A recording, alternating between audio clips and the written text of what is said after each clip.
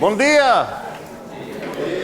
Bem, corrigi as provas todas e já digitalizei também, digitalizaram na secretaria e vou postar hoje, mas quero começar discutindo certos erros que eram muito repetidos e vou começar com aquela...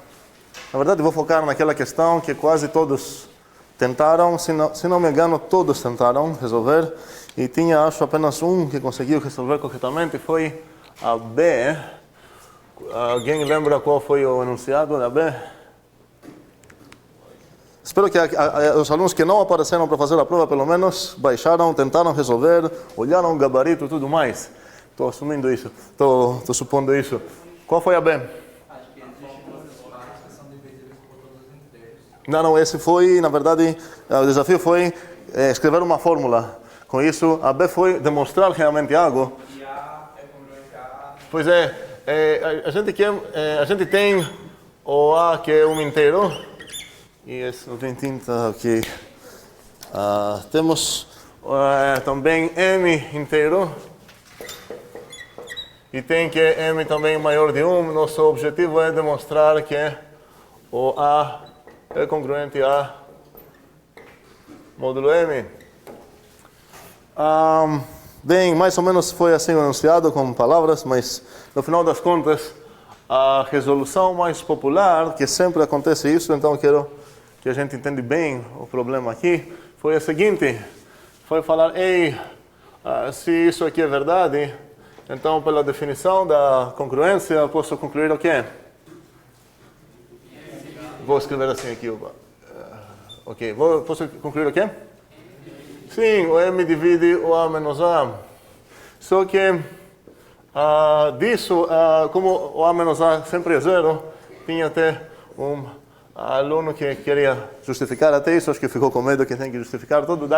Tá ok, A menos A igual a zero, podemos considerar como conhecido. E depois disso, apareceram dois erros muito frequentes. Aí o próximo seria falar o quê? M vezes Q igual zero. Faz certo? Faz sentido?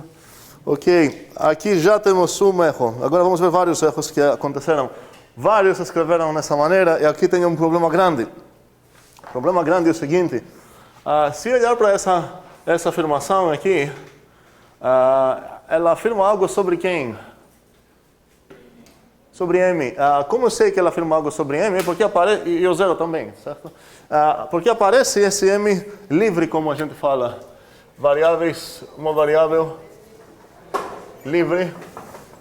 Qual seria o oposto de uma variável livre? Ninguém sabe, ligada. Ok. A gente já temos essa noção, eu espero, em programação, por exemplo, quando você começa a escrever um certo for, aí vai ter aqui uma certa variável i, e a ideia é que qualquer momento que vai aparecer aqui um certo i, está ligado com esse i aqui, não é assim?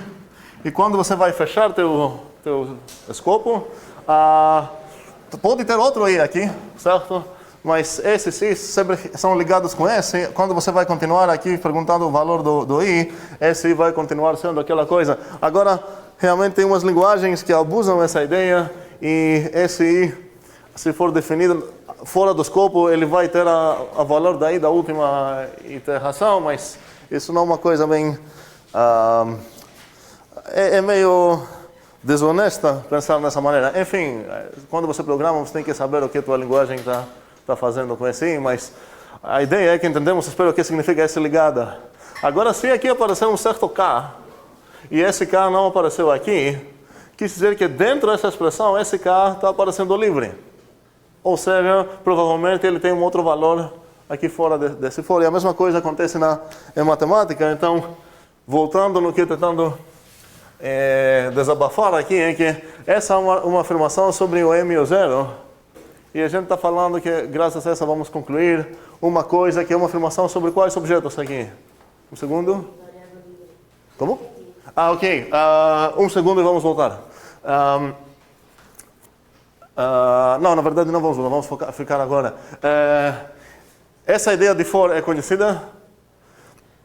Então, o que seria ligada? Ligada seria que qualquer uso que vai aparecer aqui aí está ligado com essa introdução dessa variável aqui. Agora, se aparecer aqui uma outra variável, que não é aquela introduzida aqui, se olhar para essa coisa, ela não está ligada em nada. Se eu focar apenas nessa parte.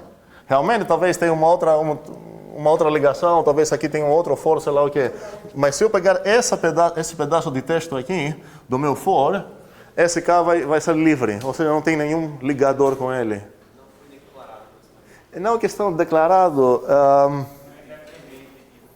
nem independente. É que se esse K aparecer aqui, ele denota um certo realmente K, vamos dizer. Tem um valor que tem a ver com K. Esse I nem aparece aqui. Você poderia substituir cada I aqui com um pontinho e botar setinhas para cá.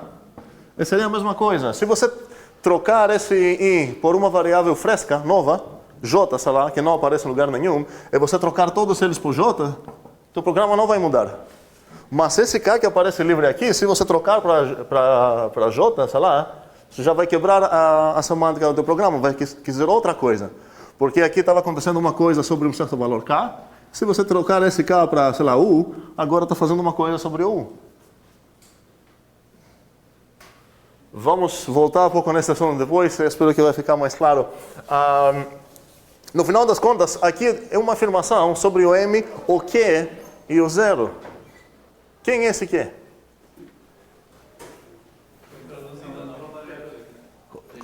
Não, peraí, no jeito que eu escrevi, esse Q não é ninguém. Como? Cadê? O M é maior que 1, sim, mas um segundo, aqui estou escrevendo uma afirmação e agora estou escrevendo uma outra afirmação. E meu leitor está lendo minhas afirmações seguindo de boas e do nada estou afirmando que um certo Q, que ninguém sabe quem é esse Q, multiplicado por M é igual a zero. Então eu vou ficar com a dúvida, quem é esse Q e por que acreditar que se eu multiplicar esse Q com M vai ser igual a zero? Faz sentido? Ok. Agora tem... Então esse seria o pior dos casos, vamos dizer. Vamos ver agora um nível ainda errado, mas pouco menos, que muitos escreveram, foi botar uma vírgula aqui e escrever Q inteiro. Esperando que isso vai resolver o problema de não foi declarado. Mas existe uma grande diferença entre ser declarado e ser definido. Mesmo se você falar, sei lá, seja X inteiro, você não definiu o X. Quem é esse X? Definiu quer dizer que ele tem um valor determinado. Declarado é apenas que você falou que tipo de coisa é, ele é um inteiro. Beleza, mas agora se você está afirmando essa coisa, eu preciso saber o que significa essa vírgula. O que é essa vírgula? Alguém que... A maioria de vocês escreveu essa vírgula, então alguém eu queria falar o que ele está pensando sobre essa vírgula. Como? É uma vírgula mágica. Como? Onde? Ok. Onde? Ok, onde? Onde o Q é inteiro. Por que eu ia acreditar isso? Por que eu ia acreditar que o M vezes Q é igual a zero, onde o Q é inteiro? Quem é esse Q? Não basta apenas falar qual é o tipo da coisa. No final das contas, esse papel da vírgula mágica é equivalente. Essas palavras também têm esse uso mágico. Quando estou falando mágico agora é coisa ruim. Às vezes coisa mágica é boa, mas aqui é ruim. Então, a vírgula pode... Outras coisas mágicas que vocês vão ver em vez de vírgula seria onde, seria com, seria o pior de todos, sendo. Esse gerúndio aqui é muito, muito esquisito. No final das contas, se eu quero traduzir essa afirmação, essa última afirmação aqui, para uma fórmula de lógica, para entender exatamente qual é a lógica dessa afirmação. A gente estudou a linguagem for. Aí, qual seria a tradução dela? I. Bem, se eu escrever I, M que é igual a zero, I que está no Z, eu voltei no primeiro problema, que aqui aparece esse que é livre. Então é uma afirmação sobre o M, o Q e o zero, e esse conjunto, sei lá, e não tem nada a ver com isso. Não é a intenção da pessoa que escreveu isso. Para isso não precisaria ter uma definição do divide, não? Do divide? Por exemplo, o 9, ali de cima. sim, peraí, aqui o aluno escreveu, sei lá, pela definição 1, que a definição 1 foi o que significa exatamente esse símbolo. O outro número é igual a m vezes um q inteiro, que é igual ao outro número. Vamos lembrar um pouco, não exatamente, a definição não fala assim. O que tu falou agora para a definição, você usou essa mágica vírgula também. Na definição, não existiu roubo nenhum, ou seja, não usou essa vírgula, falou bem direitinho qual é o significado escondido aqui. O significado escondido aqui é um existe. E não é nada óbvio se você botar apenas uma vírgula aqui que existe, não é para todo. Quem é esse que é? É um específico que tem na tua mente que serve? É todos os Qs inteiros? Quando você fala sendo que é um inteiro, quer dizer que sendo que é um inteiro qualquer vai dar certo, é isso? Não, né? Aqui precisamos... não é o que a gente quis dizer aqui. O que a pessoa quis dizer aqui era existe, então vou escrever isso de uma maneira mais correta, existe... A definição já tem sido dada, né? A definição que eu dei, sim, era... não tinha essa vírgula mágica. Não. Certo? Aí seria ou existe Q inteiro, tal que MQ igual a 0. E agora, para voltar na dúvida anterior, quais ligações acontecem aqui? Qual a variável ligada aqui? Alguém? Seria o Q, não o M. O M está livre. Qual a ideia? Por que vou chamar o Q ligada? Em português, eu poderia até falar toda essa afirmação sem falar a palavra que. Quis dizer a letra Q, tá? É esquisito porque acontece... vou mudar. Pronto. K. Ok. Acontece que Q também é uma palavra em português, enfim.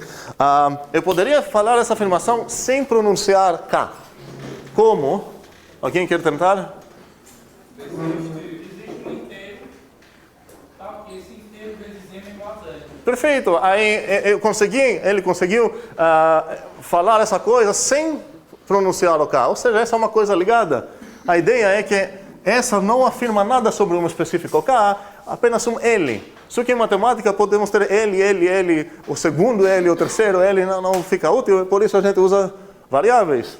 Então aqui, realmente é uma afirmação de M. Não importa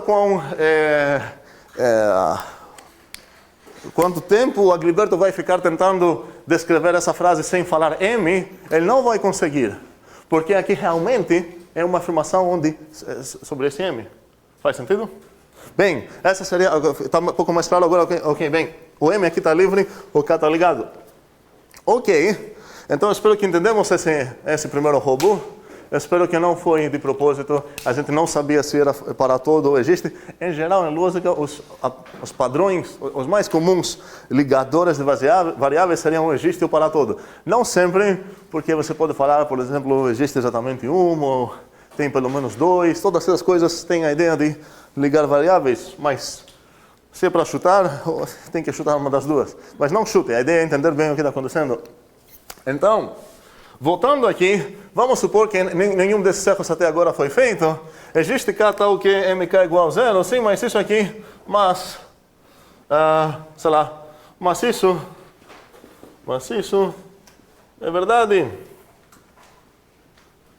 Não é verdade? Por exemplo, tome K igual a 0.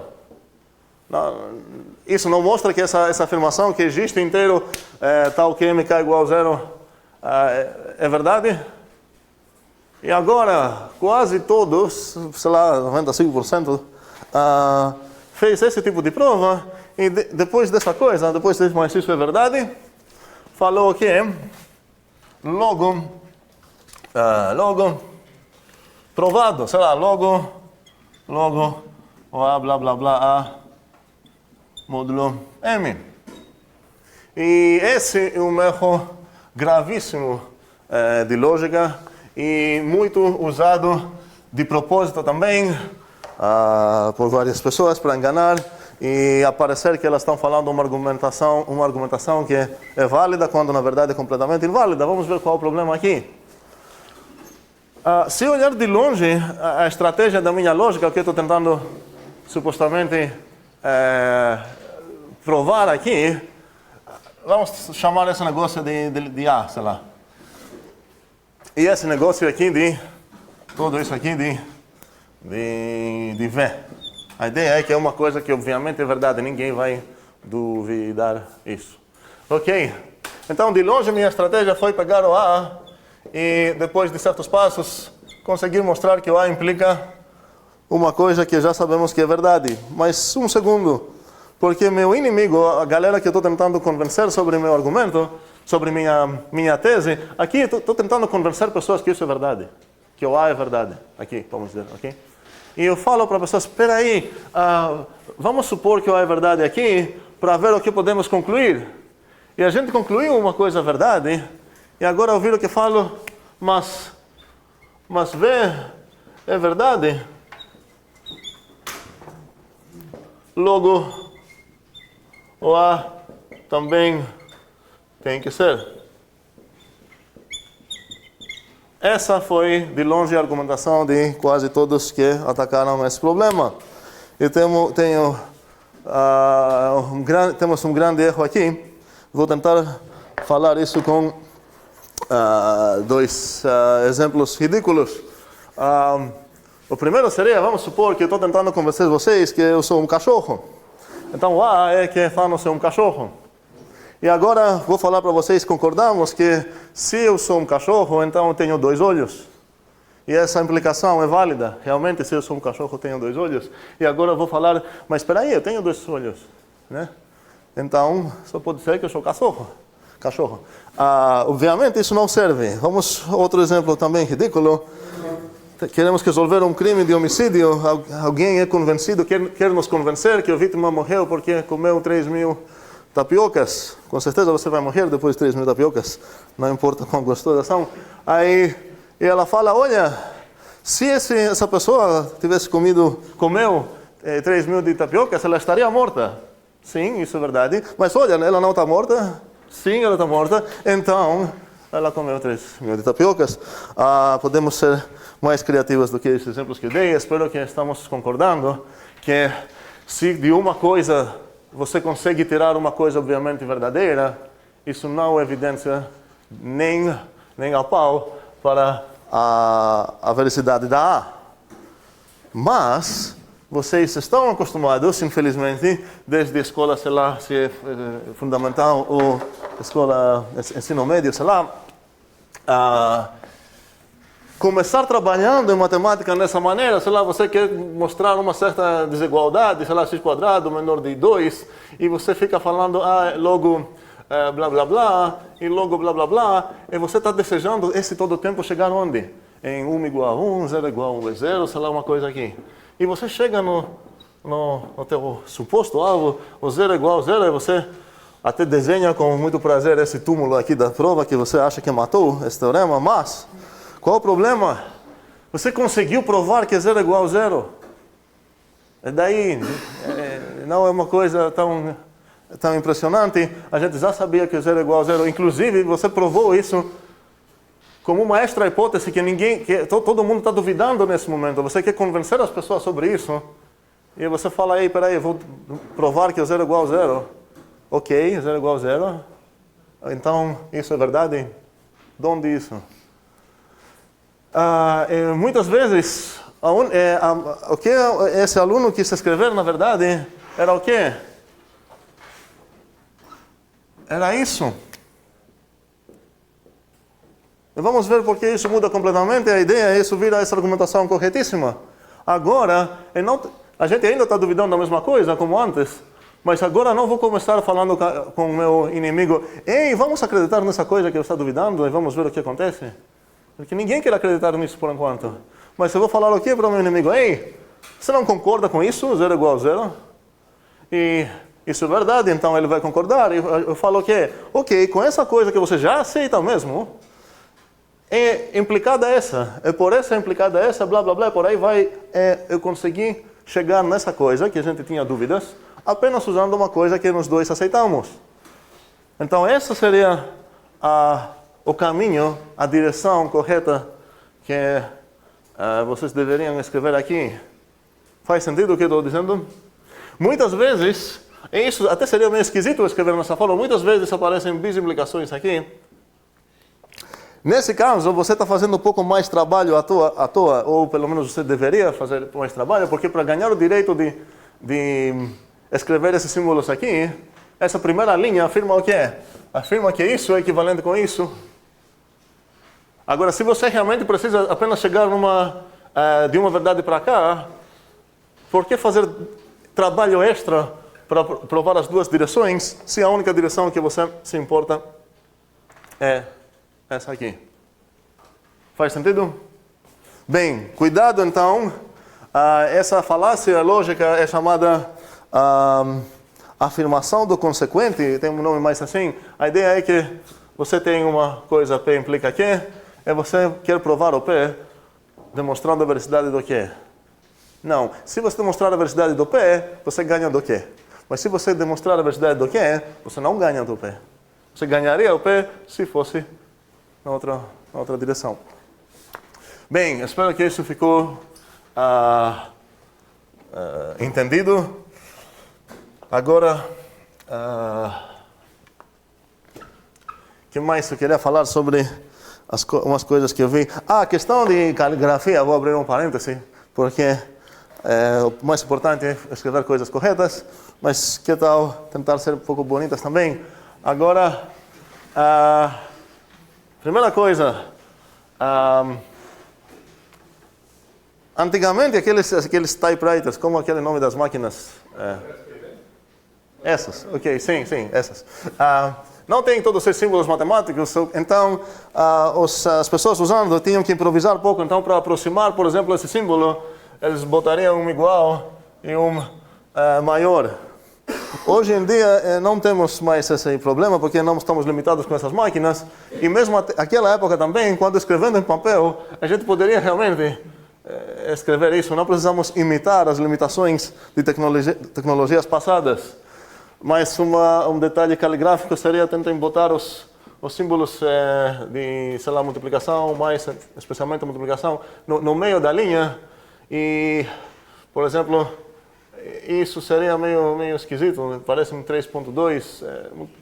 Vamos botar lá, concordar que é o lugar apropriado para uma operação binária, tá na metade da altura. Acho que, por enquanto, de caligrafia chega.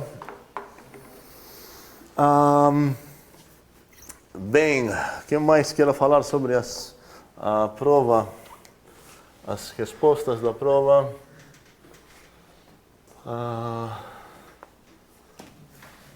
Vou ver se esqueci alguma coisa que eu falei para outra turma.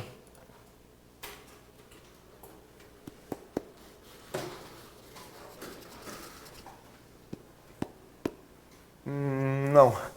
Bem, podemos então voltar um pouco nos assuntos onde a gente parou. Então, eu espero que essa lição aqui não usar essa vírgula maravilhosa, nem a palavra como, nem a palavra sendo, nem a palavra, sei lá, onde. Um segundo, sobre a palavra onde. Se você quiser usar a palavra onde, depois dela tem que ter uma definição mesmo. Ou seja, você escreve uma coisa, aparece aqui uma variável nova, porque foi mais conveniente, depois você pode falar onde x é igual e determinar qual é esse x que você está usando.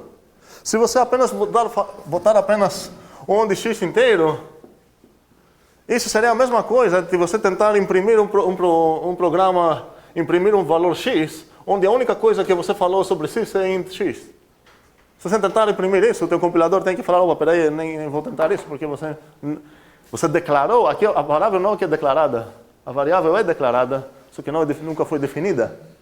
Então, quando você bota esse onde, cuidado, isso não serve. Você tem que falar onde x onde x, sei lá, é igual, isso não presta. Onde x é igual, sei lá, talvez tem uma coisa bem complexa aqui, raiz de y mais 5 sobre 32. E como isso aparece várias vezes, você quer dar um nome assim temporário lá, beleza, isso é perfeito, não tem problema nenhum. Ok? Mas aqui você tem que definir o x depois do onde, não apenas falar que tipo de coisa é. É por isso eu mudei minha pergunta, porque eu estava ficando chateado aqui quando estou vendo isso como aluno. Eu estou falando, o que é esse x? E a resposta sempre é, o que é o x? É um inteiro. Beleza? Então eu tenho que mudar minha pergunta, realmente minha pergunta era errada. Não é questão de o que é esse x, é quem é esse x. Porque não basta você falar que ele é um inteiro, eu não vou saber qual valor está sendo denotado por ele. Tirone, você faz um tempão que está com uma dúvida. Quanto à caligrafia. Ah, ok. Beleza. Ok.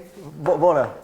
Onde e qual a diferença de usar, por exemplo, a Entendi. Ok, entendi. Vamos voltar nisso daqui em 2 minutos, ok?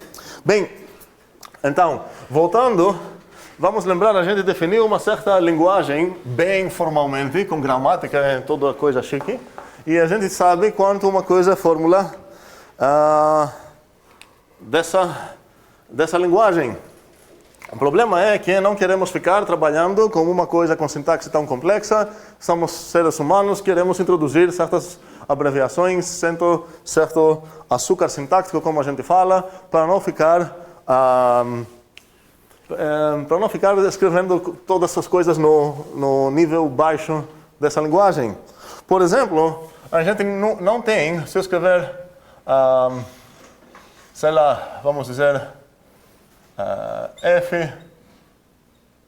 Isso não é uma fórmula na minha gramática, se a gente lembrar, a minha gramática não tem esse conectivo lá. Outro conectivo que ela não tem é esse aqui. As duas expressões não pertencem à minha linguagem da FOL. Vou lembrar aqui a gramática da FOL para quem não trabalhou no homework e logo não lembra nada disso. Seria essa.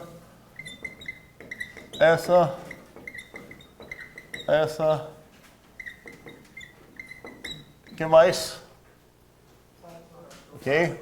Para todo x, f, existe x, f. Então, no final das contas, essas são as únicas... essa gramática que vai gerar todas, onde o at é o quê? Fórmulas atômicas, se a gente lembra o que isso quis dizer. E esse x é o quê? É uma variável, certo? Não é necessariamente o símbolo x. Ele denota uma certa variável. Ok? Então, voltando, alguém vai falar, eu preciso também o f c g. Também preciso o f se é somente c g. Então, minha linguagem é fraca. Mas em vez de ficar enriquecendo uma linguagem com mais coisas para satisfazer nossos clientes, a mesma coisa acontece nas linguagens de programação. Então, a linguagem de programação tem certas coisas primitivas, e depois, bem mais coisas estão definidas, usando essas coisas, e o trabalho de um pre-compilador seria traduzir essas coisas para as coisas primitivas e depois compilar o programa. E é isso que a gente chama de açúcar sintático. Então, a gente vai falar, ei, defina essa coisa, vou usar agora esse sugar, defina essa coisa para ser qual fórmula? É bem óbvio, né? Qual? Parêntese, G implica F. E essa?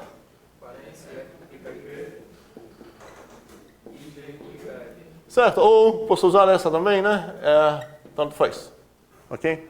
E essa ideia que a gente fica enriquecendo mais a mais a expressividade da nossa linguagem sem mexer com a linguagem mesmo. A gente percebe que temos mais conforto de escrever certas coisas. Faz sentido o que eu quis dizer com açúcar sintático? E o nome deve fazer sentido também. É bem doce escrever isso em vez de ter que escrever toda essa coisa lá. E a gente até fala que o processo de ir para essa expressão para essa seria uma dessugarização, sei lá, desaçucarização. Enfim, a gente está indo para a versão com calorias para a versão dieta. Ok, então entendemos o que acontece com essa ideia de abreviar. Como eu falei, a gente não vai estudar lógica aqui, a gente vai estudar mesmo matemática clássica, mas a gente precisa ter pelo menos uma notação para discutir e entender bem certas coisas, porque como vocês viram agora, essas vírgulas com, sendo e tal da língua portuguesa acabam gerando ambiguidades e erros nos nossos raciocínios. Então, bora lá, vamos ver uma expressão bem comum que os matemáticos gostam de usar, que seria que existe x em um tal conjunto A, tal que é uma coisa. Essa coisa, vou escrever ela como φ de x. Aí, o desafio é, na verdade, nosso matemático chegou aqui e falou, ei, eu tenho esse tipo de afirmações, que não falam que existe um X no universo que faz algo, mas falam que existe um X num certo conjunto A que faz algo. E então ele vai pedir o que para a gente? Enriquecer nossa linguagem. Mas a gente fez um trabalho maravilhoso, criar nosso compilador, sei lá, não queremos mexer com a base, basta só introduzir um açúcar sintático para atender esse cara. Então a ideia é, se você só tem limitação dessas coisas da tua linguagem, como você pode descrever o que está sendo afirmado aqui? Cuidado, essa coisa não é uma fórmula. Essa é uma coisa, no meu português matemático, enriquecido com símbolos de lógica, tá? Isso não é na FOL. Primeiramente, esse símbolo nem existe no meu alfabeto. Qual o outro problema? O pertence não tem, só que, na verdade, eu esqueci de falar isso, nessa linguagem que a gente deve traduzir isso, vamos considerar que nos spread 2 temos esse pertence e talvez mais coisas também. Então, esse simbolizinho de pertence vai ser um predicado mesmo de aridade 2. E o desafio, então, um outro motivo que isso não seria uma fórmula é que, vamos ver, se tem esse existe, a única coisa aqui que me permite criar frases que tem esse símbolo é essa aqui. Mas se fosse essa aqui, quis dizer que, pronto, esse existe esse aqui, seguido por uma variável, realmente é seguido por uma variável, mas segundo a minha gramática, logo após disso, tem que ser uma fórmula bem formada. Nenhuma fórmula, e essa coisa aqui, não é uma fórmula. Não importa onde você vai cortar, alguém vai falar, ei, talvez se cortar aqui, nunca vai ser uma fórmula mesmo. Então, com certeza, essa coisa não é, toda essa coisa que eu escrevi aqui realmente não está na minha linguagem. Agora, antes de responder nisso, que para quem aqui nessa sala, essa coisa é uma coisa que ele está vendo a primeira vez, não deveria, porque isso foi homework para hoje, tá? O meu desabafo agora é esse. Beleza? Desabafei. Voltando agora, antes de chegar lá, eu quero ver uma convenção que a gente tem, quais são as coisas que recebem argumentos, que têm aridades, que tipo de coisas são essas? Opa, ok. Vou ficar mais calmo agora. Sim, são símbolos de predicados e símbolos de funções. Então, temos uma convenção que se minha aridade é 2, e se o símbolo é um símbolo mesmo, não uma palavra, a gente costuma escrever, por exemplo, isso em vez de... Desculpa, a gente costuma escrever 2 mais x em vez disso. Mas a gente entende que quando eu vou ver uma expressão dessas, o que está sendo aqui é uma aplicação de um símbolo binário com o primeiro argumento 2 e o segundo argumento x.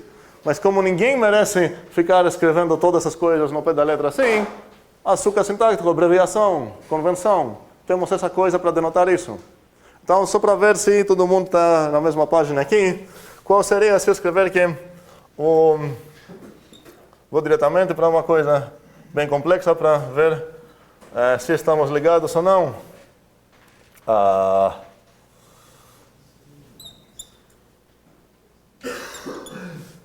O que parece, todo isso que escrevi aqui tem muita açúcar.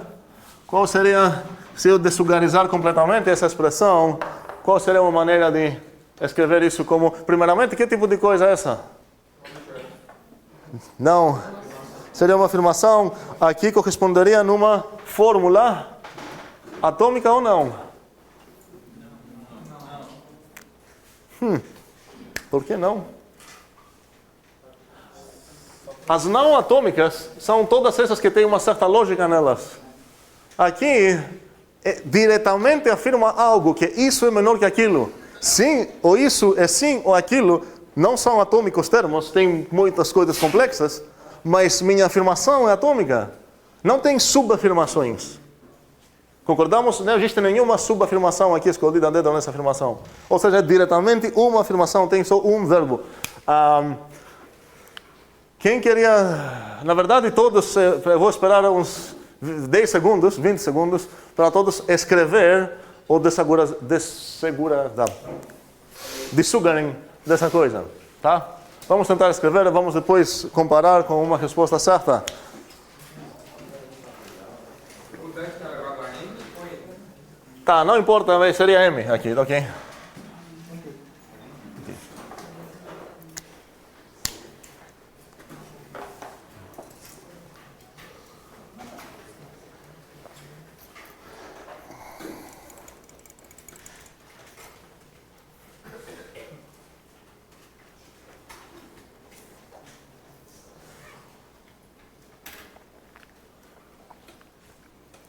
Vocês vão ter que falar que símbolos, a linguagem que vocês estão inventando, ao mesmo tempo descrevendo, que símbolos precisam, de quais variedades, tanto de predicados quanto de funções constantes também. Tá. Calma, vamos todos escrever pelo menos uma coisa.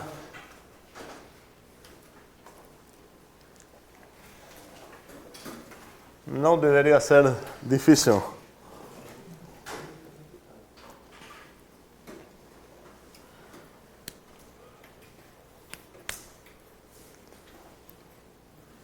Quem tem escrito alguma coisa? 3, 4, 5, e o resto? Nada? 6. Vamos esperar um pouco mais. Vamos escrever. Quem nem tem papel aqui? Sai daqui. Ah, tem pelo menos computador. Escreva lá.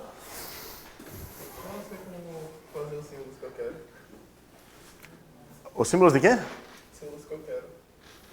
Ah, na verdade, você tem uma vantagem, porque o que queremos fazer aqui é...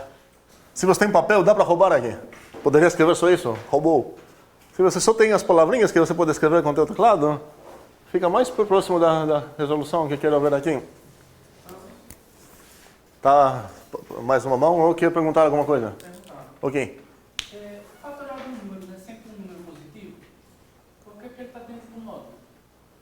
Ah, peraí.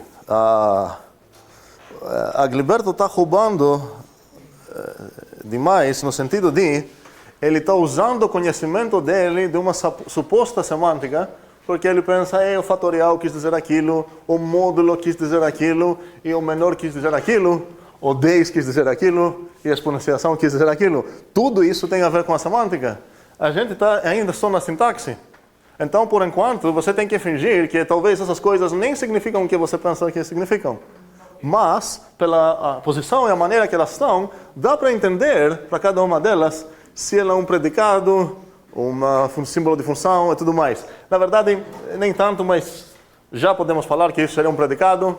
Então, isso já resolve tudo. Com essa informação que eu falei, já dá para entender tudo o resto. Bem, acabou o tempo. Quem queria tentar uma resolução aqui? Tem Tirone? Só tem Tirone? Bora, Tirone. Fale. Menor? É para dizer os predicados ou... É para dizer tudo na letra, caractere por caractere. Não, mas é para definir os predicados. Fala primeiramente o que tu vai precisar. Menor, que é um predicado de realidade 2. Certo. De predicados, então, de 2, tu vai precisar o menor. Vai precisar outro? Sim. Tirone. Não. De funções agora. Certo. Funções de realidade? Realidade 1 e realidade 2. Então, de realidade 1, o que você precisa? Eu preciso da exclamação. Certo? A exclamação, gostei. Que ele falou exclamação, ele não falou fatorial. Seria de boas. Fatorial. Pode falar fatorial também, beleza? Você precisa um certo símbolo, sei lá, vamos dizer que é esse, ok? E o chamado eu tive depois, primeiro tive de ABS, depois eu botei 2 tracinhos. Beleza, você pode escolher aqui também, você poderia escolher esse, sei lá, símbolo. O que é essa coisa que eu escrevi? Buraco. Pois é, não é uma H, tá? A ideia é que é uma coisa que tem um buraco no meio para botar lá entre as barras, ok? Ou uma outra pessoa poderia escrever aqui, sei lá, fact, vai usar esse simbolozinho aqui, e sei lá, abs, por aí vai. Eu usei ABS. Ok, vamos ficar no que Tirone botou. Tem mais funções de... Eu chamei de S. Aqui não, ele é função de realidade 2. Pois é, então temos um símbolo de função de realidade 2, que seria, sei lá, exp, ok? O que mais? Só. E você precisa também um certo símbolo de constante, que seria? Ah, não. Não é o 1, é o 10. Ah, tá. Sim, ok. Sei lá, essas coisas você necessita. Provavelmente você está trabalhando numa linguagem que tem todas essas e ainda mais. Quer dizer que vai precisar das variáveis também? Não, as variáveis, boa pergunta. Porque precisam falar da constante, então? Um segundo, posso considerar então o N e o M, porque a gente viu que o conjunto das variáveis, P', P2. consideremos que tem x, x', x, sei lá o que, tem certas variáveis que não nos importam. E a ideia é que alguém poderia pensar que esse N e esse M são constantes, mas minha ideia realmente foi que são variáveis. Um segundo, vamos ver a resolução agora. Como você ia traduzir isso? Menor. Aí parênteses ABS. E aí parênteses exclamação de N. Aí fecho parênteses 2 vezes. Uma vez, né? Sim, ok, fechei mais uma automaticamente, sim, fale. Vírgula. ESP. Parênteses 10, vírgula N. Fecho parênteses. Talvez esqueci algum parêntese, acho que não. Bem, ninguém vai pensar que essa coisa é mais legal que essa, que ela é mais legível, ou sei lá o que é. Mas quando você escreve dessa maneira, na tua cabeça, é muito bom entender que ela corresponde, qual a estrutura que ela corresponde aqui. Que seria, nesse caso, completamente escrita assim. Ok, então, voltamos no desafio aqui, que é como eu vou expressar essa ideia, existe x no A, tal que φ de x. E vamos ver se a gente está entendendo o que está acontecendo. Esse φ de x é o quê? O predicado seria o φ, nesse caso. O φ de x seria uma afirmação, certo? Mas minha pergunta, eu não expressei minha pergunta bem. Esse φ de x mora, o próprio φ de x que eu usei aqui, mora em qual mundo? Sim, na metalinguagem. A ideia é que o φ de x denota uma outra fórmula, uma outra expressão, sei lá o quê. Talvez o φ de x é que o x é primo, sei lá o quê. Estou usando então esse simbolizinho aqui, e a ideia é que se eu conseguir abreviar como açúcar essa coisa, depois se eu ver existe x em, sei lá, em n, tal que x é primo, vou saber como traduzir isso para aquela coisa, porque aqui meu φ de x seria a afirmação que o x é primo. Bem, então, alguém já tentou isso no homework? Ninguém? Ok, vamos lá. Isso é ruim, precisamos correr muito, então não vai fazer muito sentido. Alguém quer tentar agora? Não é a hora certa. Vamos ver. Qual o problema aqui? O problema é que eu quero afirmar que existe um certo objeto dentro de um certo subconjuntinho lá de objetos, tal que satisfaz algo, tem uma propriedade φ. Vamos pensar que o conjunto A aqui é todos vocês, essa sala. E vamos pensar então que meu universo são todas as pessoas do mundo. Aqui eu tenho uma afirmação sobre vocês mesmos. Estou afirmando, sei lá, existe x no A, tal que, sei lá, é pernambucano, ok? É uma afirmação. Só que se eu tentar falar isso diretamente na minha linguagem, ela me permite falar existe x, mas não x é um certo, restrito num certo subconjunto. Então o desafio agora é como que eu vou expressar, com a minha linguagem limitada, a ideia existencial dentro de um certo conjunto. Assim que eu vou começar existe x, isso já quis dizer que existe pessoa no universo tal que. E agora, se eu sou suficientemente esperto, eu consigo completar essa frase numa maneira tal que toda essa afirmação vai ser equivalente com essa afirmação. Adicionar um predicado. Não, peraí. Eu poderia, numa certa maneira, adicionar um predicado para traduzir tudo isso. Eu quero ficar com os primitivos lá da linguagem. O que eu poderia. Até em português agora precisamos pensar, não tanto em matemática, só com as limitações de ficar aqui. Oi, seria? Tá o quê? Fale. Tá o quê? φ de x. Não, peraí. Primeira tentativa.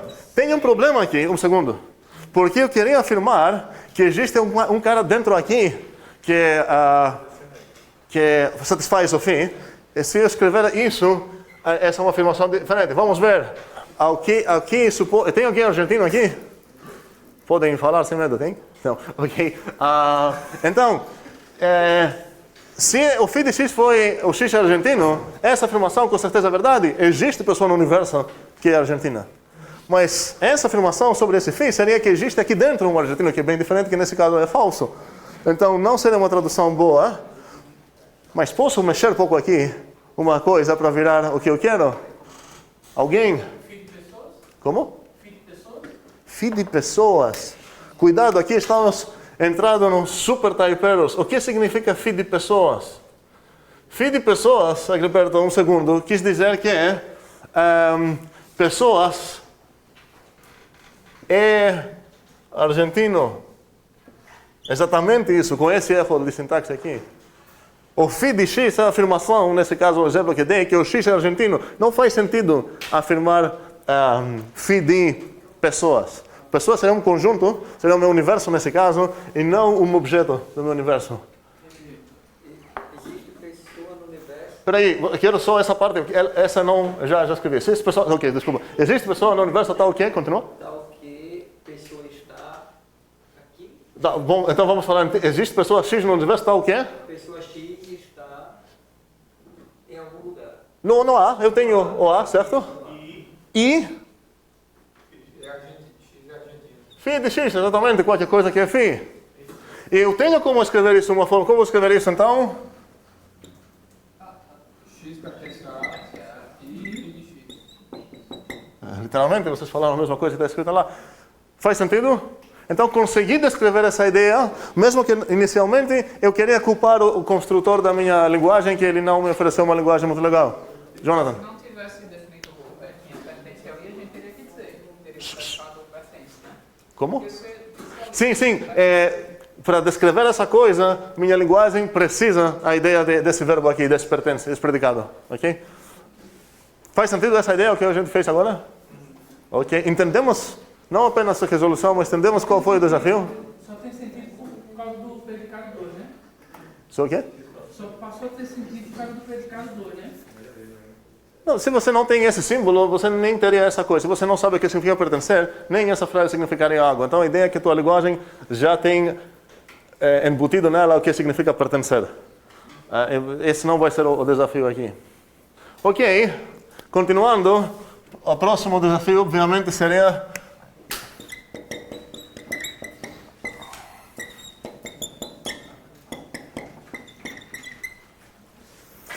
agora a afirmação que eu tenho é que para toda pessoa aqui dentro algo acontece, o fim acontece.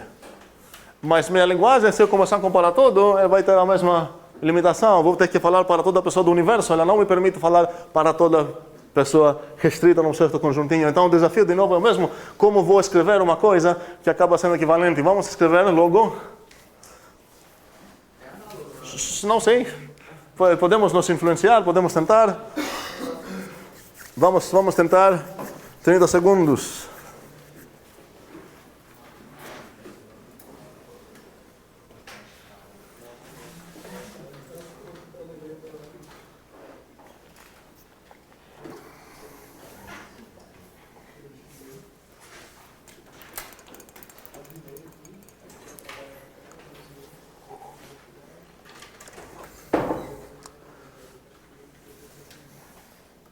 Como eu vou afirmar uma coisa sobre todos vocês aqui, se eu preciso começar minha frase com todas as pessoas, para toda pessoa X do universo, algo acontece. Não quero afirmar algo sobre todos mesmo, quero afirmar algo sobre só vocês aqui nessa sala. Peraí, vamos dar mais uns 10 segundos. Me ouve. 5. Tem. Peraí, tá na fila, vamos ver. Tem alguma ideia? Não. Quer sair da fila? Como assim? A minha ideia seria usar o se antes do pertencial. Perfeito, ok. Quem aqui, um segundo, vamos voltar nisso. Uma ideia meio padrão seria, deu certo aqui, vamos trocar apenas o quantificador. No final das contas, aqui a única coisa que mudou foi trocar isso. Então, eu imagino que uns de vocês pensaram nessa maneira. E quero explicar por que ela está errada. Não, peraí. Se você apenas quer trocar esse, é isso. Certo? Aqui é I, é I. Então, quero ver por que essa coisa é errada. Aqui estou afirmando que todos vocês são FIS. Não sei o que significa FIS. Estão dormindo, estão no tédio, sei lá o quê. Todos, aqui estou afirmando isso. Aqui estou afirmando que todas as pessoas do mundo satisfazem duas coisas. Estão aqui nessa sala, primeiramente, e, além disso, elas estão no tédio, sei lá o quê. Ou são argentinos, sei lá o quê. Que é obviamente falso. Não é verdade para toda pessoa do mundo que satisfaz nem essa parte, então com certeza nem toda essa. Ou seja, o problema aqui é esse I. Como eu poderia afirmar algo sobre todas as pessoas aqui dentro se eu só posso começar assim? É na maneira como implica, vamos ver. Se eu afirmar que para toda pessoa do universo mesmo, é verdade que se ela está nessa sala, então ela está no tédio. Eu acabei de descrever essa exatamente ideia, que todos vocês aqui estão no tédio. Isso não quer dizer que não tem pessoas fora daqui que também estão no tédio, não fiquem preocupados com isso. Entendemos então essa ideia? Cuidado, porque esse é um erro comum. Se eu quero falar que todos os azuis X fazem algo, eu posso traduzir isso que todos os X, para todo X, se o X é azul, então ele faz algo. Seria equivalente. Bem, a última coisa para introduzir um açúcar, eu sei que pelo menos uns tentaram isso, porque discutiram um pouco no grupo. O que significa isso? Não é fatorial. Existe exatamente existe único x tal que φ de x. E agora o desafio é como falar esse único. Porque a minha linguagem só me permite falar existe. E nem vou discutir o próximo, que seria, sei lá, existe único x, não há tal que φ de x, blá blá blá.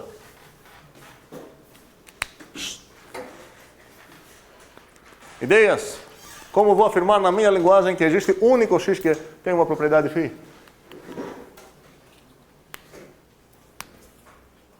O que significa existe único? Posso quebrar na minha mente em duas afirmações. Existe pelo menos um e existe no máximo um. As duas coisas juntas quer dizer que existe exatamente um.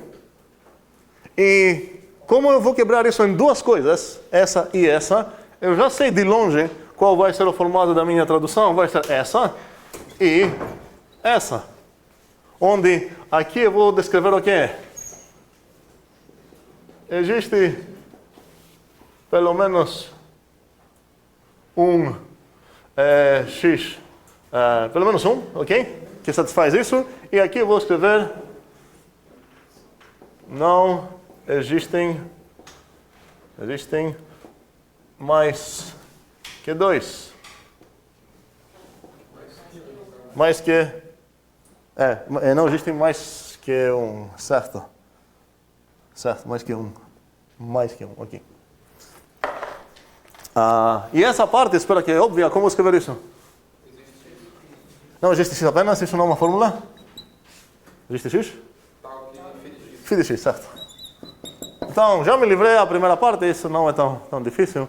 O que é difícil agora é falar... Por quê? Porque o existe x, talvez não clarifiquei isso na aula passada, mas quando a gente fala matemática existe x, a gente quis dizer existe pelo menos um x, não exatamente um x.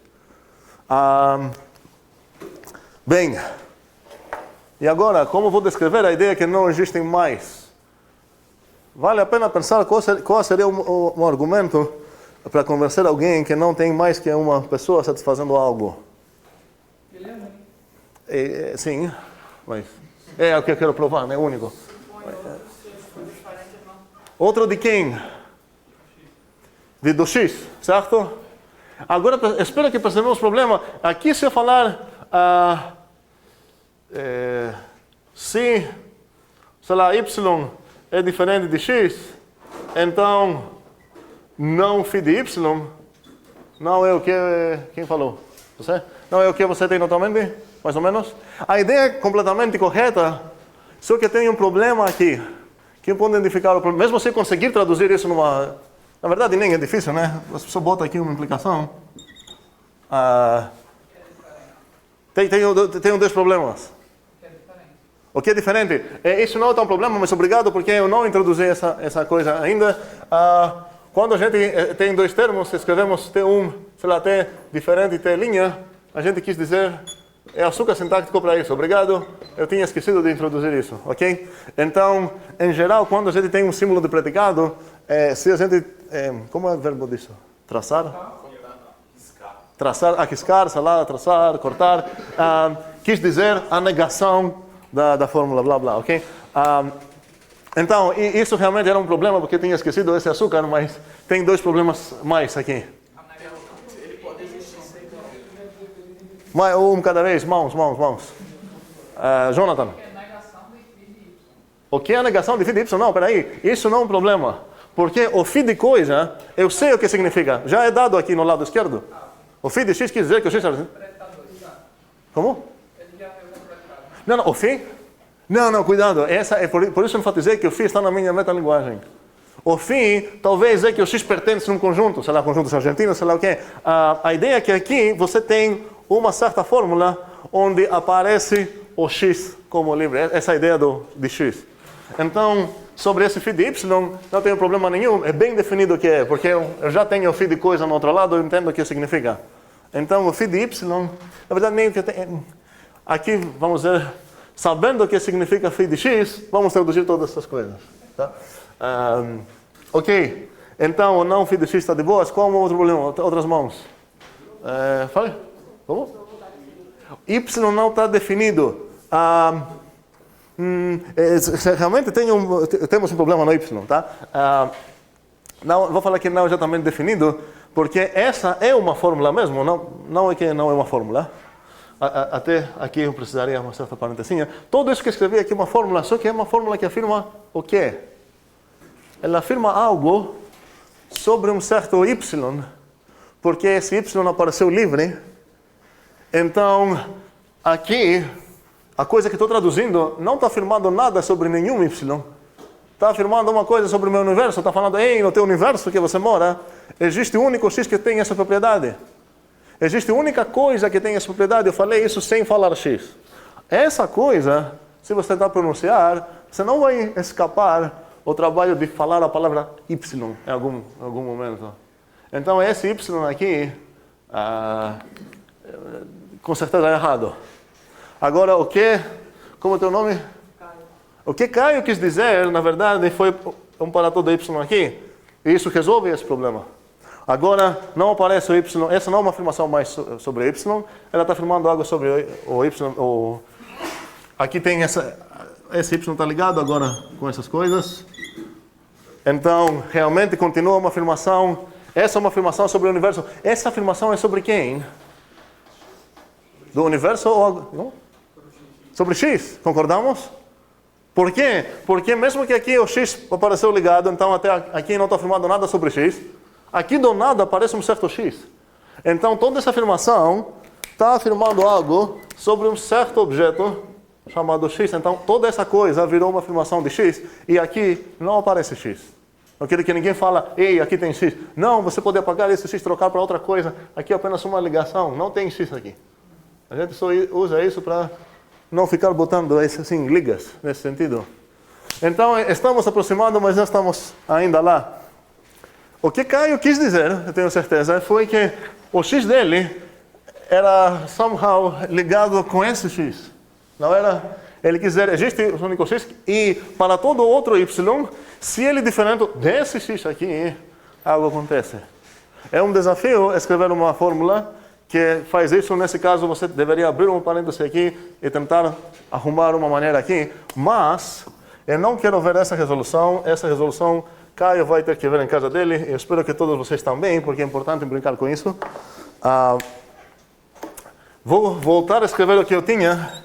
Quero realmente separar isso em duas afirmações. Existe x tal que φ de x e não tem mais que um objeto que satisfaz essa coisa. E agora quero falar isso sem falar sobre o X. O que eu posso fazer? Pode criar outras variáveis. Quantas? Duas. Duas. Qual a ideia de Tirone? Vou escrever aqui nessa maneira e estou já... vou avisar que isso vai ser um certo spoiler para certo livro, um certo filme. Eu já escolhi essas variáveis. Para todo N, para todo P, o que acontece? Se φ de N e φ de P, então N igual a P. Perfeito. A ideia de Tirone é a seguinte: para afirmar que no universo não pode ter mais que um objeto que satisfazem algo, ele está afirmando o seguinte: para todos objetos 2 que têm essa propriedade, para todos os objetos do meu universo, se elas ambas têm a propriedade, só pode ser porque elas denotam o mesmo objeto. Isso, isso garanta a parte de até 1. Se eu descrever apenas isso, é ainda aberta a possibilidade de não ter nenhum. Faz sentido isso? Se eu apenas tenho essa coisa é satisfeita, um universo onde ninguém tem essa propriedade.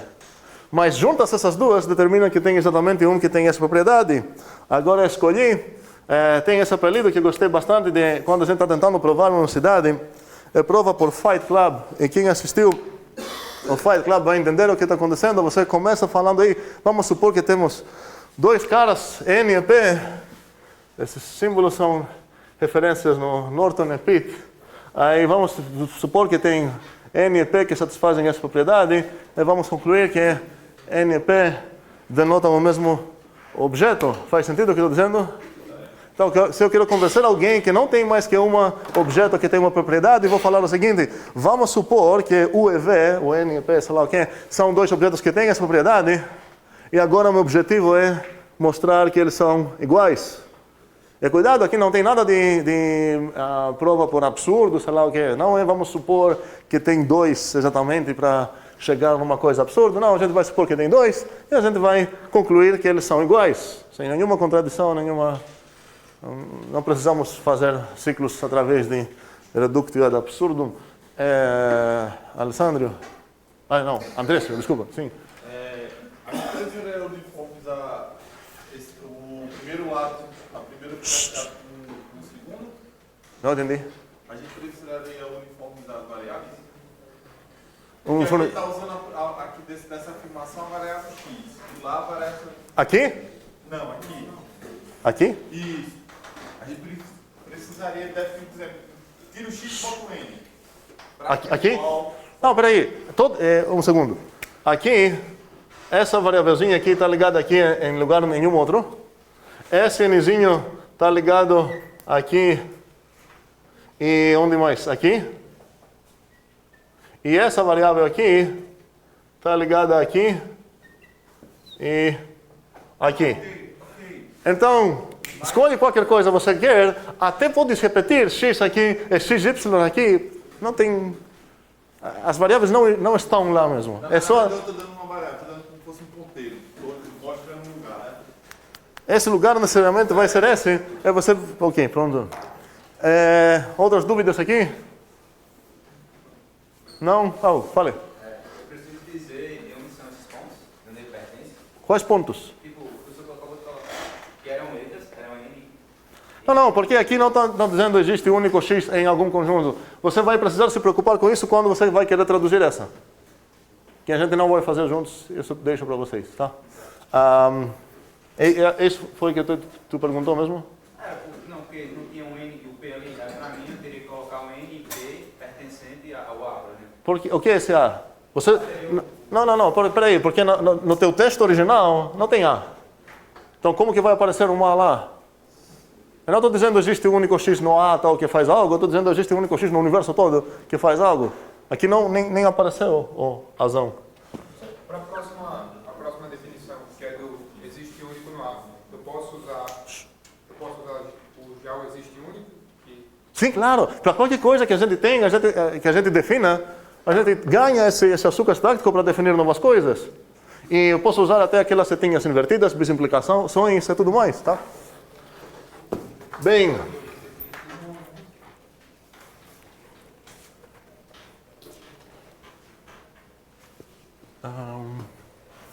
Na aula passada, a Gessiele observou uma coisa, eu prometi que eu ia falar e depois eu percebi que nunca voltei. Cadê Gessiele? Está aqui? Não. Eu nunca voltei para responder na pergunta dela e ela deveria ter insistido no final. Ei, a aula não vai acabar sem eu receber essa resposta que você prometeu, porque às vezes eu falo, vou responder na unidade 3, sei lá, mas eu falei que ia responder na hora. O que ela falou foi naquela definição de termos, onde apareceu uma coisa desse tipo, e a gente tinha permitido até a unidade ter o valor 0, e ela fez uma pergunta do tipo de, será que a gente não precisa começar assim? Do 0, sei lá o que é. O que eu quero enfatizar é o que a gente quis denotar quando a gente escreve isso em matemática. x1, 3 pontinhos, xn. Essa é uma expressão que depende em quê? No n, certo? Se o n é 2, quantos termos tem aqui? 2. E então se o n é 2, essa é a expressão x1, x2. Se o n é 1, ela tem então, ela é qual expressão? x1, ok? E agora a coisa importante para entender é que se ela tem 0, ou na verdade qualquer coisa até menor de 0, seria isso que eu escrevi aqui, tá? Ou nada, certo? Então, qual seria o problema aqui? Eu não poderia ter começado com 0, porque eu quero incluir a possibilidade de não ter nenhum termo. Como eu tenho essa expressão agora que eu escrevi com 0, vou deixar para não mexer aqui. Vamos lá. Se eu tenho y0 até yn, ou m, se o m é igual a 2, quantos termos você tem aqui? 3, ok. y0, y1, y2. E pulando para o passo mais interessante, se o m é igual a 0, quantos termos eu tenho? Tenho 1 aqui, tá? Tenho y0. Então, se meu índice aqui está pegando valores em todos naturais, claramente incluindo 0, eu ia perder, se eu quero considerar o caso também onde essa expressão é vazia, eu não posso começar com 0, porque isso vai me obrigar a ter pelo menos 1. Até no pior dos casos, onde o m vai ser 0, eu vou ter um cara aqui. Então, por isso a gente, para considerar os predicados de realidade 0, a gente tinha que começar com isso. Cuidado com essa questão de índices. Bem, tudo isso foi para Gessiele, para ver se ela vai assistir depois. Ok, continuando agora. Bem, o que vai acontecer agora?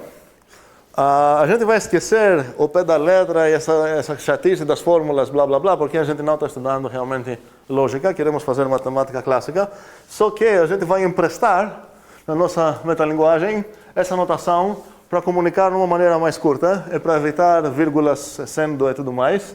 Então a gente vai ficar escrevendo no nosso rascunho, ok? Coisas tipo, para todo x não há, sei lá, x primo, então x positivo. Tudo que escrevi aqui está em qual mundo? Ninguém? É da metalinguagem. O que acontece? Eu menti quando falei que a metalinguagem vai ser o português. Em qual sentido? O português está parado. Não tenho direito de ficar lá aumentando minha linguagem, mas em matemática a gente enriqueça, sei lá, a nossa linguagem o tempo todo, introduzindo notações, nomes novos, termos novos, sei lá o quê. Então, essa coisa realmente vai estar uma coisa na minha metalinguagem, mas isso vai ficar no meu rascunho. Se eu quero escrever uma demonstração mesmo, eu vou fazer o trabalho e escrever toda essa informação. Para todo x não há palavras, tá? Não é tão trabalhoso. E alguém, então, vai voltar, eu falei 2 minutos, passaram 20, me perguntou sobre essa setinha. Uns de vocês perceberam que agora eu usei uma setinha com 2 linhas, mas na nossa fórmula tinha só uma. Agora, essa ideia é que esse símbolo vai aparecer e aparece e esse também, aparece o tempo todo no nosso português. Essas são apenas abreviações de implica, se, sei lá, e se somente se, equivalente e tudo mais. Então a ideia é que quando eu vou escrever esse tipo de coisas, aqui eu vou me permitir escrever afirmações em português. E isso já virou português. Então, mas o que eu não posso escrever aqui? Não posso escrever coisas viajadas. Viajadas quis dizer que aqui eu vou escrever x é primo, significa que x é legal. É um número legal. Qual o problema? O que é um número legal para mim, talvez não é um número legal para uma outra pessoa. Ou seja, as coisas que eu vou escrever aqui precisam ser, sem ambiguidade nenhuma, bem definidas, e eu preciso ser capaz, para qualquer pessoa que vai me desafiar, falar, ei, essa coisa que você descreveu aqui, nesse suposto matemático português teu, cadê uma fórmula mesmo que corresponde nessa afirmação? Eu devo ser capaz de traduzir essas coisas, pelo menos na minha cabeça, numa fórmula. O objetivo não é praticar escrever fórmulas, o objetivo é entender a lógica que está escondida dentro dessa afirmação. Porque às vezes, como vocês verão todos hoje, botando uma coisa aqui, uma coisa aqui, fica bem esquisito o que eu quis dizer, é bem escondido, é ambíguo, e é uma malandragem que talvez faço de propósito para roubar, ou talvez nem faço de propósito, até pior, e eu acabo me roubando, me enganando também. Então, cada vez eu queria saber o que está, qual é a lógica verdadeira que está no back-end da minha escrita aqui. Então, vamos começar com uma afirmação. Vou escrever uma afirmação, quero ver tentativas de traduzir ela para uma fórmula. Se eu escrever todos os quadrados de ímpares são ímpares. Pelo menos todos espero que concordamos que isso é uma afirmação. É uma afirmação sobre quê? Como isso? Quem?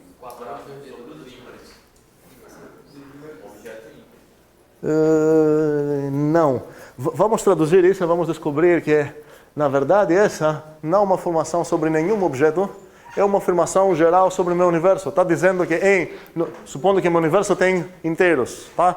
Está dizendo que, nesse universo de inteiros, isso acontece. Todos os quadrados de ímpares são ímpares. Não, um segundo. Ele não está afirmando, aquele cara faz algo, ou aquele cara é menor que aquele cara, ou aquele número é menor que aquele número, sei lá o quê. Está falando uma verdade sobre o universo todo. Está falando, no teu mundo, todos os quadrados de ímpares são ímpares. Ou seja, aqui não aparece nenhuma nem constante, nem variável livre. Eu posso usar, eu vou começar permitindo usar como predicado o ser ímpar. Então, vocês têm o direito de escrever x ímpar. Essa coisa, vamos supor que entendemos o que está querendo dizer. Qual seria a lógica escondida atrás dessa frase em português? Por isso a gente estudou um pouco da lógica, para conseguir descobrir a estrutura que está escondida nessa linha. Essa coisa não é uma linha só, tem uma estrutura lógica. Qual é? Vamos dar um minuto para esse desafio.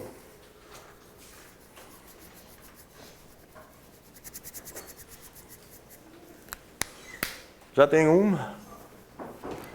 Escreveu já? Ou está na cabeça só? Escreva. E assim que completar, pode falar. Já escreveu? Mas para que lá? Como? Quero traduzir toda essa coisa, certo? Numa fórmula.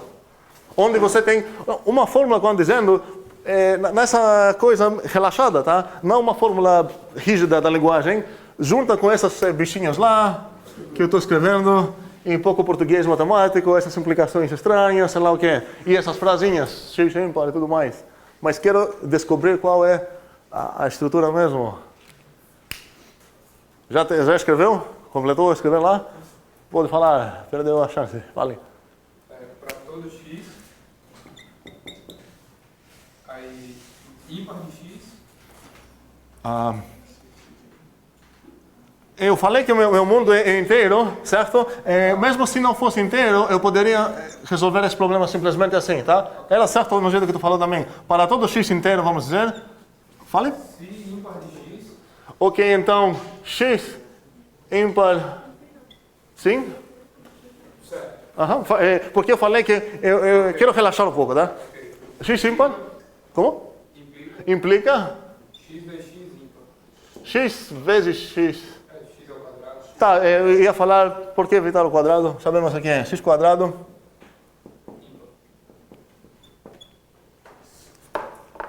Quem concorda, na verdade, quem discorda? Até agora as estatísticas mostram que Tirone acerta mais do que erra, então faria mais sentido acreditar. Talvez, tem alguém que pensa que seria assim? Pelo menos um ou não? Tem pelo menos dois. Qual é a verdade das duas coisas? E um segundo, é exatamente por isso que é legal escrever assim, porque aqui talvez você fica perdido. Você não está entendendo o que está acontecendo. Se você escrever dessa maneira, as duas coisas são bem claras qual a qual, mas qual das duas é certa? Vamos ler. Essa afirmação está afirmando que algo acontece sobre quem? Não, sobre todos os quadrados dos ímpares. Quem é quem está recebendo essa ação de ser ímpar aqui? São os quadrados dos ímpares. Então, a maneira que Tirone escreveu aqui estava certa. Para todo x inteiro, se o x é ímpar, está acontecendo algo. Se eu permitir para todo x ímpar, se relaxar ainda mais nossa sintaxe, que já está começando a ficar meio esquisito, para todo x ímpar, x quadrado ímpar.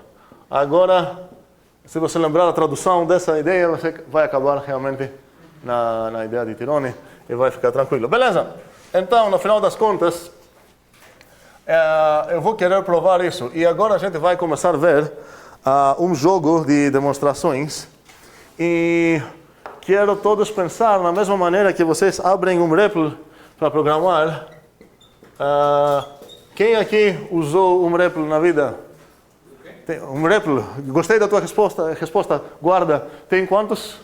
1, 2, 3, 4, 5, 6. Beleza. Tem pelo menos 8 que usaram um REPL. Tem bem mais que usaram um REPL como Tirone e não sabem que usaram um REPL. Então a pergunta é o que é um REPL? Por exemplo, quando você abre, sei lá, Python, que eu sei que muitos de vocês programaram, e você começa com esse prompt, você começa a fazer coisas, você está falando com o REPL da Python. O REPL quis dizer read, evaluate, print e... Ninguém? Até aqueles que sabiam que usaram o REPL, que é ele? Loop. Ou seja, volta de novo. E isso é exatamente o que está acontecendo aqui no teu prompt, ou no teu REPL de Python. O que acontece? Ele está esperando uma coisa para ler. Você vai escrever aqui, sei lá, x igual a 2. Vai evaluar essa coisa. Vai imprimir o valor disso. Nesse caso, não tem nada para imprimir. E vai loopar a mesma coisa. Se você escrever depois x mais 2, ele vai falar, vai evaluar, vai ler isso, vai evaluar isso para 4, certo? Vai imprimir o 4, vai voltar no loop. Não é assim que funciona?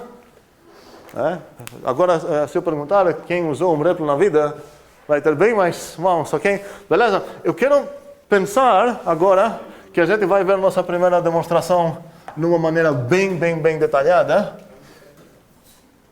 Quero que a gente pense que quando você escreva uma demonstração em matemática, acontece uma coisa bem parecida quando você executa comandos num REPL. Na tua programação aqui, sendo Python ou qualquer coisa que tenha um REPL, enquanto você brinca, você fica mudando o state, que eu aprendi 2 horas atrás, que em português isso é chamado estado. Eu sabia o estado no sentido de, sei lá, Rio Grande do Norte, mas eu não sabia que em programação é usado assim também. Qual o state? O state no início aqui estava vazio, ou tinha talvez uns bindings padrão do teu REPL, mas assim que você botou lá x igual a 2, você mudou uma coisa no state, você introduziu uma certo x, e fez uma alegação que o x denota 2, concordamos todos comigo? Eu estou falando coisas alienígenas. Estamos concordando? Ok, beleza? E é exatamente a mesma coisa que vai acontecer agora nas nossas provas, só que a gente vai ficar escrevendo coisas na nossa prova. Vou separar aqui um pouco mais para a esquerda. E qual vai ser o nosso state? Nosso state é um tabuleiro, eu posso pensar isso em um certo jogo. E o tabuleiro do meu jogo é o seguinte: tenho dados e tenho alvos. Ok? E quando eu inicio é aqui, onde o jogo não é aqui. Tá, o meu REPL é aqui, que começa com uma, sei lá, demonstração.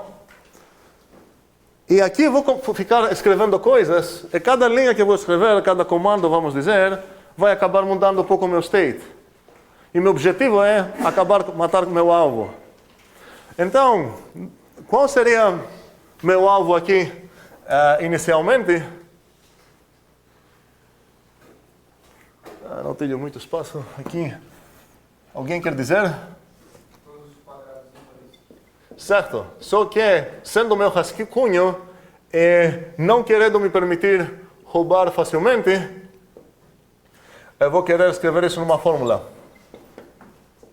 Então, vamos lembrar qual foi a fórmula mesmo? Para todo, sei lá, nzinho inteiro.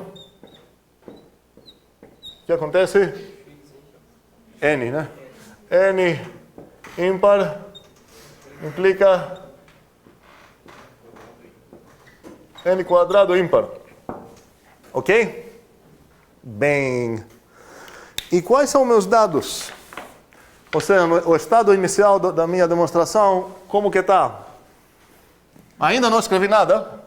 Tá? Como? Uma opinião é essa, que não tenho nenhum dado. Temos outra opinião? Você tem um número ímpar, não? Tenho quem? Um número ímpar? Qual? X. X. Quem me deu esse X? Quero brigar um pouco agora. Quem me deu esse X? A afirmação aqui falou todos os inteiros, os quadrados, sei lá, de ímpares são ímpares.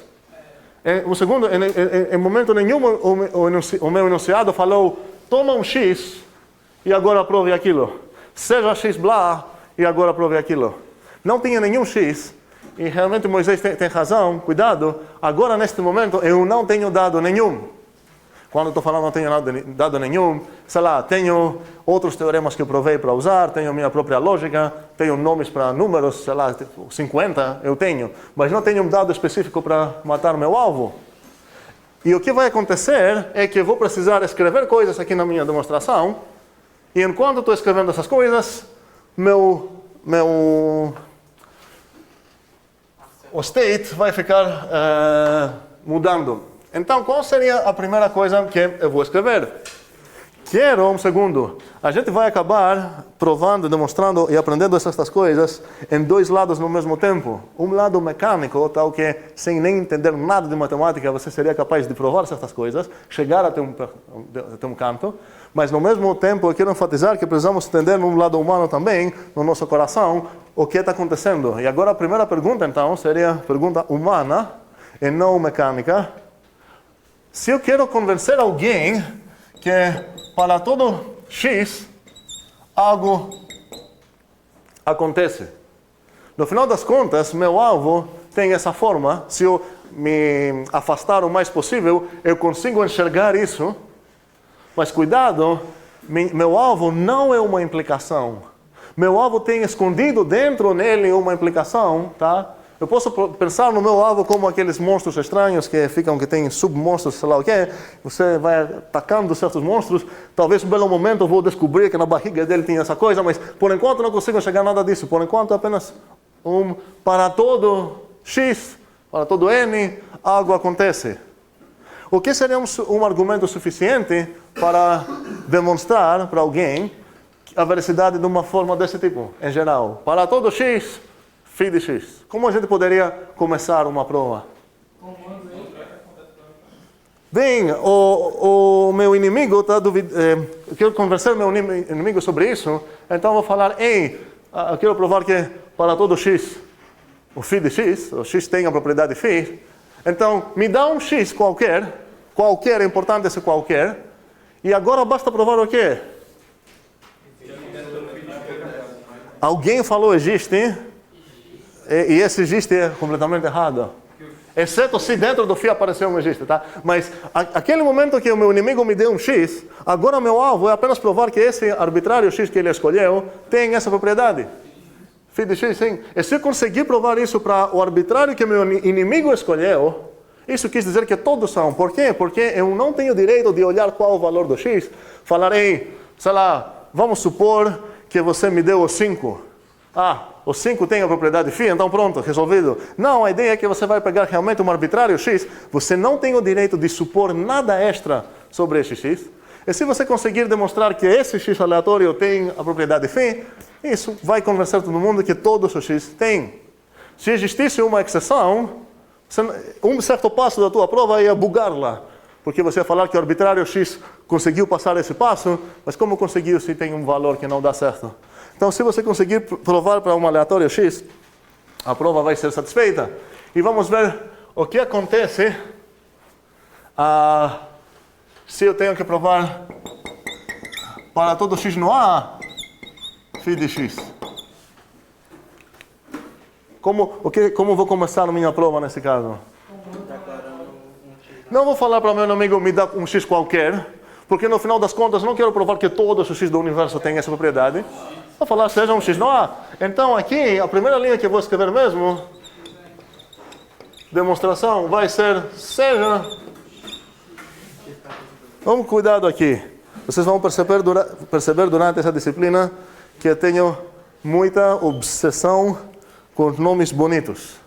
Agora eu vou escolher certos nomes até esquisitos, que depois eu vou brigar se vocês conhecerem esses, mas agora eu vou querer enfatizar certos pontos. Agora é o seguinte, se eu falar aqui, seja... aqui, na verdade, se eu quero demonstrar isso, e escrever seja... Azinho no A. O que aconteceu aqui? Eu falei, ei, me dá um arbitrário membro do Azão, e eu vou ficar chamando ele de Azinho. Eu não tenho o direito de assumir mais coisas sobre ele, além do fato que ele pertence ao teu conjunto. Qual seria o meu alvo depois desse passo? Demonstrar o quê? O φ de A. Eu preciso demonstrar que esse Azinho arbitrário tem essa propriedade. Cuidado, que não seria mais φ de x. Então aqui, vamos só concordar, ver se realmente a gente entendeu tudo. Seja A inteiro, pontinho. Assim que eu escrevi isso então na minha demonstração, algo mudou aqui no meu estado. E na verdade mudou tanto aqui quanto aqui. O que eu ganhei nos meus dados?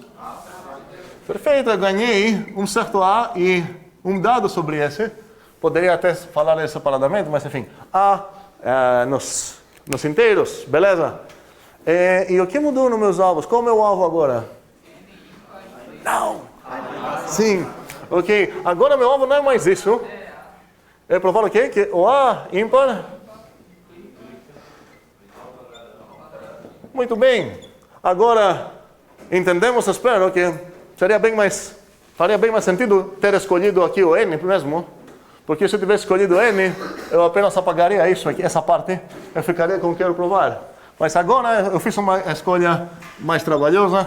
Eu fiquei aqui. E agora... eu estou feliz duas vezes. Primeiramente, eu ganhei, no primeiro dado, né, eu ganhei uma arma para usar para matar esse bicho. E aqui, também, um passo só, eu já machuquei, cortei um braço, sei lá, desse bicho, tá? Eu cheguei num alvo mais simples. E a ideia é que, enquanto tua afirmação não é atômica, ou seja, ainda tem lógica para atacar, você pode ficar atacando sem saber nem o que significa ímpar, por exemplo. Neste momento, não precisa, talvez isso nem é ímpar, é ímpar mesmo, aqueles bichos estranhos. Aí, como poderia continuar agora? Espera aí, um segundo. Então, a pergunta agora é, o que seria um argumento conveniente para demonstrar que o phi implica o psi. Então, tem alguém aqui que acha que o phi não implica o psi. Como posso convencer esse cara que realmente o phi implica o psi? Como ia começar essa argumentação? Não vou falar seja um elemento no phi, isso não é um conjunto, cuidado, o phi é uma afirmação. Pois é, eu quero provar que se o phi é verdade, como é o teu nome? Francisco tem super razão aqui, quero provar que se o phi é verdade, então o psi também é verdade. Esse é o desafio. Então vou falar para o meu amigo, beleza, então vamos supor que o phi é verdade. E eu não estou roubando em lugar nenhum, porque alguém vai falar, por que supor que o phi é verdade? Como que eu sei, de onde eu tirei isso? Meu objetivo é provar o psi, dado o phi. Então se o phi não é verdade, não estou nem aí. Então nesse caso faz todo sentido falar aqui, suponha essa afirmação, e agora meu alvo vai virar o quê? O psi. Agora meu desafio é provar o psi. Agora, se o psi tem outra lógica dentro, eu vou ficar lá atacando. Então, já encontramos qual seria a nossa segunda linha aqui na demonstração. Vou escrever o quê? Bem, muito bem. Suponha a ímpar. Como mudou o meu estado aqui? Eu ganhei um fato, mais uma arma, estou feliz. E o que mudou no meu alvo? Certo, agora dá para aproveitar que não preciso copiar a linha. Agora meu alvo é mostrar que A quadrado é ímpar. Quem é esse A? Um A qualquer? Não, é esse A que tem aqui. Então, não tenho mais provar coisas estranhas para toda coisa, se isso, blá, blá, blá. Neste momento, basta provar que esse A quadradizado, sei lá, ao quadrado, é um número ímpar. E agora?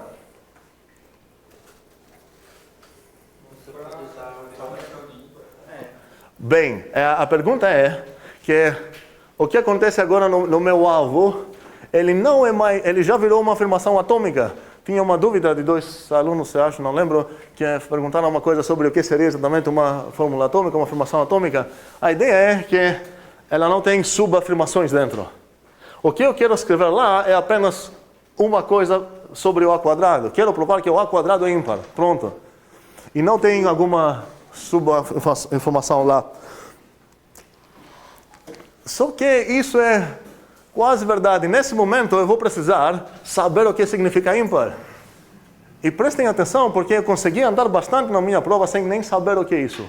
Apenas entendendo a lógica das argumentações.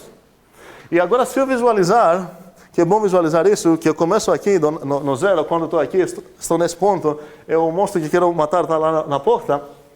A ideia é que se eu tenho dados e eu estou visualizando algo também, eu posso escolher ou trabalhar nos meus dados, aproximando um pouco mais a coisa que onde eu quero chegar, ou eu posso trabalhar nos meus alvos, trazendo um pouco o meu alvo para cá, até chegar suficientemente perto para matar o alvo, como é o Scorpion no Mortal Kombat, que tem aquele negócio e puxa, né? Sei lá. Então, nesse momento eu preciso fazer uma escolha. E não é importante. Posso ou trabalhar aqui, lembrar o que significa ímpar, para ver no final das contas o que é essa coisa que eu ganhei. Porque por enquanto eu posso pensar que o ímpar é apenas uma caixa, e eu não sei que tipo de arma é, porque seria legal abrir essa caixa, ver essa arma para saber como vou usar essa coisa para matar meu teorema. Ou eu posso trabalhar lá no alvo, porque parece que meu alvo também é meio escondido, seria bom visualizar bem o que é esse monstro que eu quero matar mesmo. Então, escolha um lado. Dados. Ok, a Maria quer trabalhar nos dados. Vamos em dados, Lipon. Então, o que eu preciso saber agora para trabalhar nesse dado? A definição do ímpar. Vamos lá. O que seria? Vamos escrever de uma maneira com um X lá. X ímpar. Estou lembrando agora. Cuidado, porque vários de vocês copiaram até o próprio enunciado na prova. Uns copiaram toda a definição, lá. Essa coisa não faz parte da minha demonstração, não faz parte da minha prova. Tá? E supostamente sabemos o que isso significa. E eu vou escrever isso aqui no meu rascunho para lembrar. O que significa que o X é ímpar? Se ele pode ok? Tem várias definições, porque eu já sei, graças ao FMC1, sei lá, pode ser que o 2 não divide o x, sei lá o quê, mas realmente aquela que eu quero usar agora seria o x é ímpar se... obrigado, mas quero errar primeiro. Se eu escrever isso, qual é o meu problema aqui? Sim, aqui é uma afirmação sobre o x e o k, aqui é uma afirmação sobre o x. Não faz sentido isso significar isso. O que falta aqui existe k inteiro, tal que lá. Ou seja, eu lembrei o que significa ser ímpar. E agora vou voltar aqui. Vocês escolheram dados, né? Então, a pergunta é, como eu uso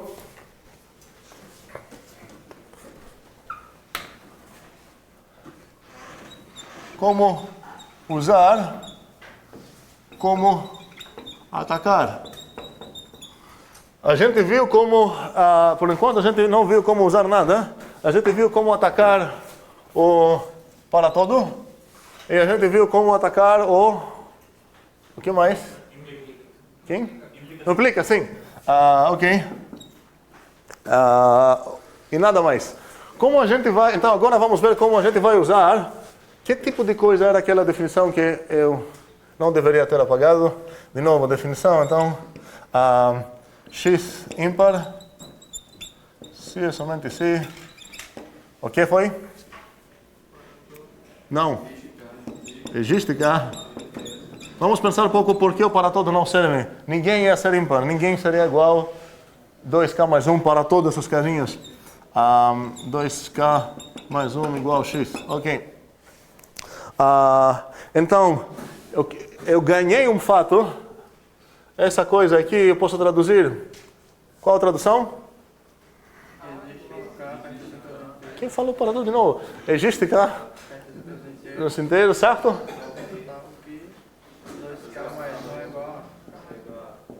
Igual a ou x? Obrigado. Ok. E vamos fazer isso aqui também. O que significa que o quadrado é ímpar? Eu vou olhar apenas na definição. Eu só substituir, não tenho nenhuma desculpa se errar nisso. É só substituir o x por o quadrado aqui no lado direito. Como seria? Existe?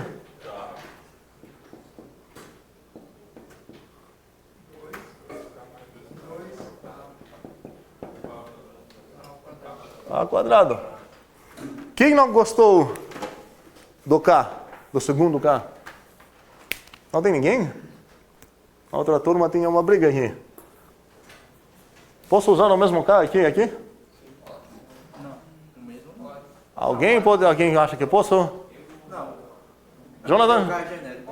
Por quê? Pois esse casinho aqui nasceu aqui, morreu aqui. E esse casinho aqui nasceu aqui, morreu aqui. São escopos completamente diferentes. Não tem nenhum conflito. Na verdade, ele não nasceu no existe, não? É questão filosófica. Não tem problema se você visualizar assim. Não. Tanto faz, ok?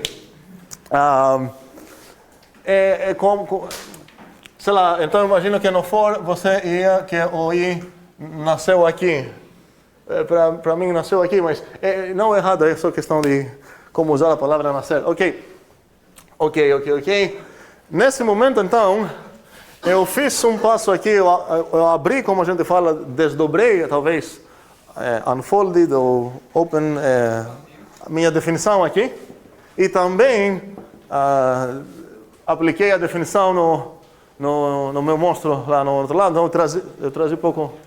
Eu trouxe? Como é? Eu puxei um pouco o monstro para mim também. Ok. E agora estou numa pergunta. Como usar o existe e como atacar o existe? Por que eu preciso saber os dois agora? Porque tanto meu dado apareceu um existe aqui, então quero saber como usar essa arma. Meu alvo também, o meu monstro também, neste momento tem cara de existe. Então, quero saber como atacar isso também. Vamos ver como usar. Então a pergunta é, eu ganhei esse dado. o que isso libera? Que oportunidade isso me dá? Qual direito ele está me dando que eu não tinha antes? Um segundo, vamos pensar. Antes desse momento, eu poderia fazer certas coisas. Agora alguém falou, ei, existe um inteiro tal que, um inteiro K, tal que, 2 vezes esse inteiro mais 1 é igual a. Como posso usar essa informação na minha prova? Que eu posso escrever aqui que eu não podia escrever antes? Que é igual a 2K mais 1 inteiro, algum inteiro 2K. Existe um inteiro K. Não, peraí. Não vou, esse é apenas repetir essa coisa. Eu quero saber o que essa coisa me permite escrever, me permite fazer. Calcular não, ainda. Eu posso calcular, mas nesse sentido. Como? Reescrever o A, estamos quase lá. Meu inimigo. Um segundo. Peraí. Meu inimigo está aceitando isso, é um dado, eu tenho o direito de usar. Então, meu inimigo já acredita que existe um certo inteiro, tal que 2 vezes esse inteiro mais 1 é igual a. Ele não está duvidando disso. Então, posso solicitar para o meu inimigo, me dá um tal inteiro, então. Como vou escrever isso em matemática? Eu vou falar, seja o quê?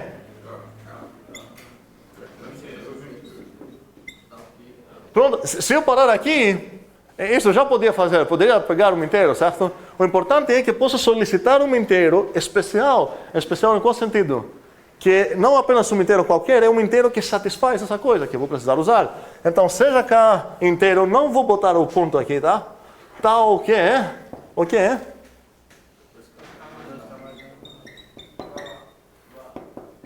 E, sendo chato, para enfatizar o meu ponto, eu não gosto do K aqui. Eu não sou obrigado a usar essa letra K. Quero usar uma outra coisa, seja U nos inteiros tal que. Igual a. Não, que é esse A? Desculpa. Não, o problema não é aqui. O A está aqui, certo? 2U mais 1 é igual a. E com essa frase, o que mudou no meu state? O que eu ganhei? O U. Peraí, primeiramente eu ganhei um certo U inteiro, certo? E o que mais? E um fato sobre isso, uma afirmação, que o 2U mais 1 é igual ao A. Mais um fato para usar, é uma igualdade. E agora a gente vai pensar como podemos usar a igualdade e como atacar o essencial, mas nossa aula acabou uns minutos atrás. E paramos aqui. Eu vou botar homework, vocês vão ter que estudar um pouco isso. Vocês sozinhos devem pensar, responder na pergunta para qualquer conectivo. Ei, galera! Isso. Para qualquer conectivo, como usar, o que seria um argumento suficiente para matar esse conectivo? Pensem isso sozinhos e depois voltem a fazer o homework que eu vou atribuir. Até quarta.